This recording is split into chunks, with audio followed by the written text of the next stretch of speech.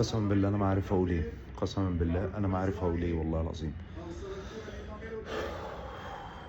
يعني ازاي كده؟ ازاي انا النادي الاهلي بتفرج دلوقتي على الماتش؟ ازاي انا النادي الاهلي ابقى قاعد في استاد القاهره وانا متعادل هناك في ارضهم ووسط جمهوري وبدافع قدام فريق هلهوله؟ كولر ده لازم يمشي.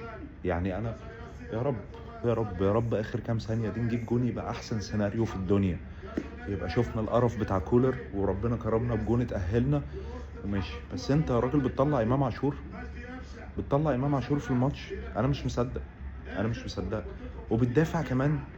ايه التكتيك اللي انت عملت ايه تكتيك؟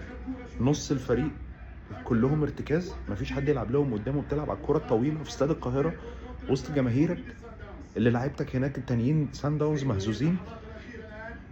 حسبي الله ونعم الوكيل يا اخي حسبي الله ونعم الوكيل.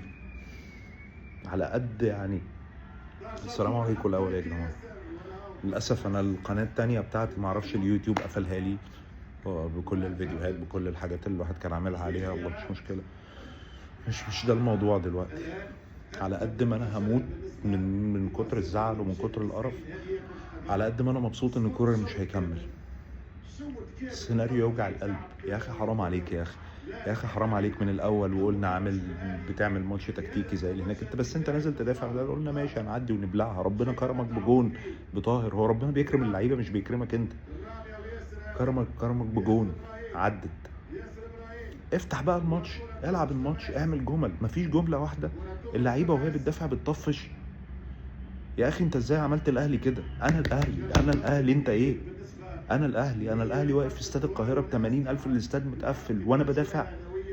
وفريق زي احنا طول عمرنا كعبنا عليه على الفرق الافريقيه. فريق زي سان داونز ده بيهاجمني انا وانا اللي كسبانهم 1-0 وانا اللي هتاهل. بدافع وبقفل واطفش قدام. وسام ابو علي منزله الشوط الثاني عمال يضغط. يا اخي امشي ما عندكش شغف، امشي. مش كده. انا يعني مع الناس اللي تابعوني في الكام فيديو القديم اللي الواحد عملها دينا. يا عم اهو خسرنا يا اخي. حسبي الله ونعم الوكيل. كولر ده لازم يمشي. يا رب الجماهير الاهلي فاميلي ولا مين اللي بيحضروا دلوقتي ينادوا على لعيبه الاهلي ويندهوا ان كولر يمشي. ده يرضي ربنا يا اخي. حسبي الله ونعم الوكيل فيك يا اخي حسبي الله ونعم الوكيل فيك يا اخي. خاطرت يا خطيب، خاطرت بالموضوع، خاطرت وقمت قايل هنزل ادي اللعيبه، هروح اسبورت اللعيبه. كنت انا قاعد بتكلم في فيديو من الفيديوهات القديمه بقول ان نزله الخطيب دي لما راح. اتفضل يا عم، هم الناس صحابي عمالين يبعتوا لي على الواتساب الاسماعيلاويه والزملكاويه. يا اخي حسبي الله ونعم الوكيل فيك يا اخي. حسبي الله ونعم الوكيل فيك يا كولر. حسبي الله ونعم الوكيل فيك على كسرة عين الجماهير ولا اللعيبه اللي ماشيين عاملين كده. ومنزل برضو اكرم. انا مش فاهم ايه العند ده. وبتطلع امام. انت ايه؟ انت بتراهن يا معلم؟ بتراهن عندك ابلكيشن المراهنه ولا انت بتعمل ايه؟ انا مش مستوعب انت بتعمل ايه. الظروف خدمتك، الماتش خدمك، اضغط اكسب. تخليهم بيحتفلوا من عندنا والاستاد متقفل.